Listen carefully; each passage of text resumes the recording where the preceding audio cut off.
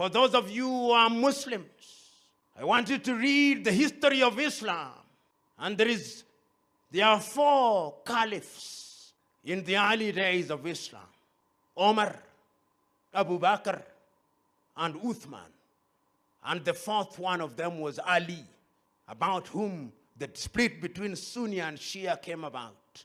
Ali was meant to be the first caliph, but he said, for the sake of Islam, I leave it to Abu Bakr and then ultimately Omar.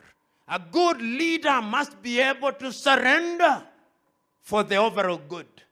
If you do not and are not prepared to surrender for the overall good because it is you, because we must massage your ego, then you are not a leader. You are a megalomaniac. And Africa has no shortage of megalomaniacs who suffer from the Jehovah complex. The belief that they are God's gift to their country. And you can have a Jehovah complex as a hotel manager. You can have a Jehovah complex in your own office where nobody questions you. A good leader must be questioned because nobody knows everything. Leadership is not about titles. Titles come and go. Our love for titles is what destroys us. A good leader must also know mentorship and when to decrease so that others may increase. When you are a good leader, you must begin to decrease and the others must begin to increase, because there is no recompense for a leader than to produce a student who surpasses him or her. And you are not successful until your successor succeeds. You cannot be a leader if you have no dignity. Dignity is the mother's milk of true leadership. No matter how well-intentioned you are, if the toxicity of politics is alive and well, then everybody dies. If you doubt me, you go to Khartoum now, if you can go at all. We have a saying in Kiswahili, mwacha mila ni mtumwa.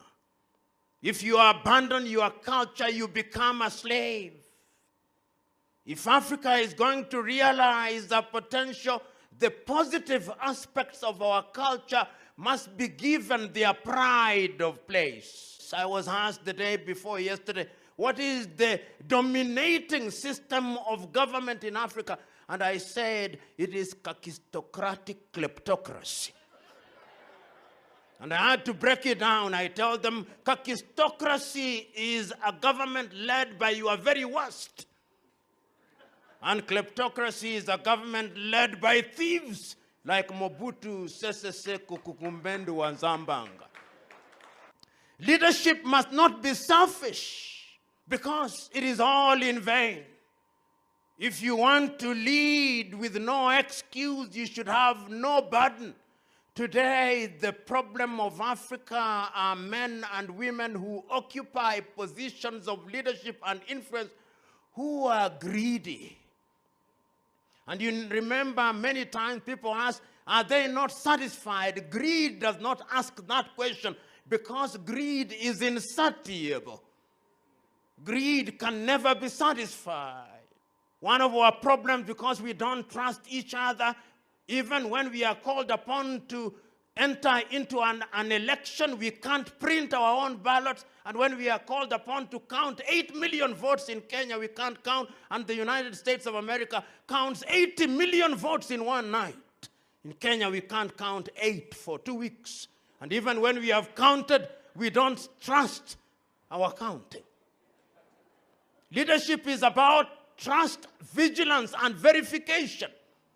You cannot lead when there is no modicum of trust in the things that we do. Have you ever wondered why we print our ballots outside of the continent? Have you ever wondered why we print our money outside of the continent? Have you ever wondered why we print our national identities outside of the continent? Have you ever wondered why we print our passports outside of the continent of 1.4 billion? We must